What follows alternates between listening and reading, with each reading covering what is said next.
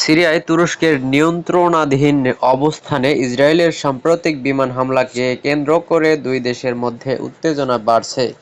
এই পরিস্থিতি সামরিক সংঘাতের আশঙ্কা সৃষ্টি করেছে। সিরিয়ার বার্তা সংস্থা এমএএন জানিয়েছে, সিরিয়ায় তুরস্ক নিয়ন্ত্রিত অন্তত ৩টি বিমান ঘাঁটি সম্প্রতি ইসরায়েলি বিমান হামলায় ক্ষতিগ্রস্ত হয়েছে বা তুরস্ক নিয়ন্ত্রণ হারিয়েছে। এসব ঘাঁটি সিরিয়ার প্রেসিডেন্ট আহমদ আল-শারার বাহিনীর সঙ্গে একটি যৌথ প্রতিরক্ষা ব্যবস্থার অংশ ছিল বলে ধারণা করা হচ্ছে। তবে হামলা চালানোর আগে ইসরায়েল কোনো রকম সতর্কবার্তা দেয়নি। এই হামলাগুলো এমন সময় ঘটেছে যখন তুরস্ক বারবার যুক্তরাষ্ট্রকে আশ্বস্ত করার চেষ্টা করছে যে সিরিয়ায় তাদের উপস্থিতি ইসরায়েলের জন্য কোনো হুমকি নয়।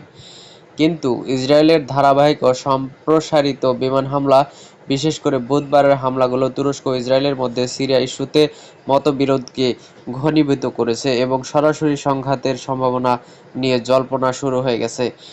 সিরিয়ার দুটি সামরিক সূত্র এবং একটি আঞ্চলিক গোয়েন্দা সূত্র নিশ্চিত করেছে, তুরস্কের সামরিক বাহিনী সম্প্রতি হোমস প্রদেশের টি-4 ও তাদমুর বিমান ঘাঁটি এবং হামা প্রদেশের প্রধান বিমানবন্দর পরিদর্শন করেছে। এসব সফরের উদ্দেশ্য ছিল ঘাঁটিগুলোর অবকাঠামোগত অবস্থা মূল্যায়ন করা।